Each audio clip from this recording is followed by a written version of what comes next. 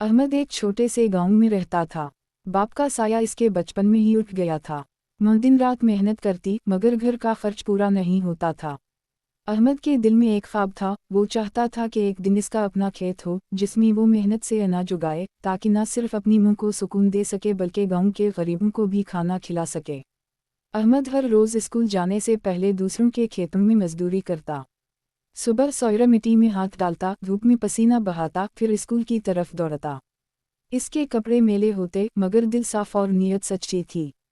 गांव वाले अक्सर इसका मजाक उड़ाते मगर अहमद मुस्कुरा कर कहता, अल्लाह मेहनत करने वालों को ज़ाया नहीं करता। एक दिन गांव के अमीर ज़मींदार चौधरी रहमत अल्लाह अपने खेत में आया। इसने अहमद को काम करते देखा। वो थक कर भी मुस्कुरा रहा था। चौधरी ने पूछा, बेटा तुम इतनी मेहनत क्यों करते हो?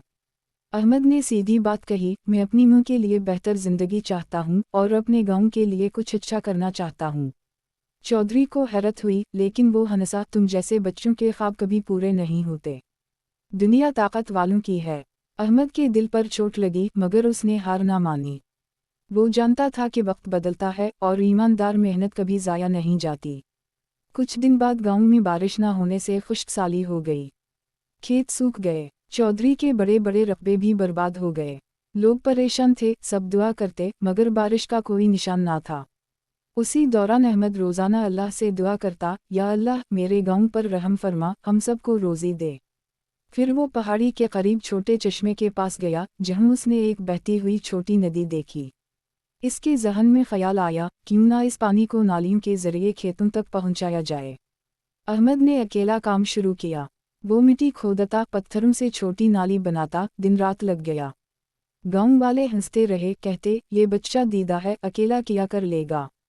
मगर अहमद चुपचाप मेहनत करता रहा। माँ ने भी हिम्मत दी, बेटा नीयत नेक हो तो अल्लाह मदद ज़रूर करता है। चंद दिनों बाद वो दिन आया जब नदी का पानी नालियों के जरिए गांव के खेतों तक पहुंच गया। मिट्टी नरम हुई और लोगों ने बीज बोने शुरू किए। चंद हफ्तों में सब्ज पौधे उगाए। गांव वाले हैरान थे। वो सब अहमद के पास आए और बोले, बेटा हमसे गलती हुई। तो सच्चा और समझदार निकला। चौधरी रहमत अल्लाह भी आया। इसकी आंखों में शर्मिंदगी थी। इसने कहा, मैंने तुम्हें कमज़ोर समझा था लेकिन तुमने वो कर दिखाया जो हम सब ना कर सके। अब से तुम मेरे खेतों के निगरान हो। अहमद ने इंकिसारी से कहा, चौधरी साहब मैं किसी का निगरान नहीं बनना चाहता। मैं चाहता हूँ कि ये खेत सबके हों। हम सब मिलकर काम करें ताकि गांव के किसी बच्चे को भूखा ना सोना पड़े। ये सुनकर सबके दिल पिघल गए।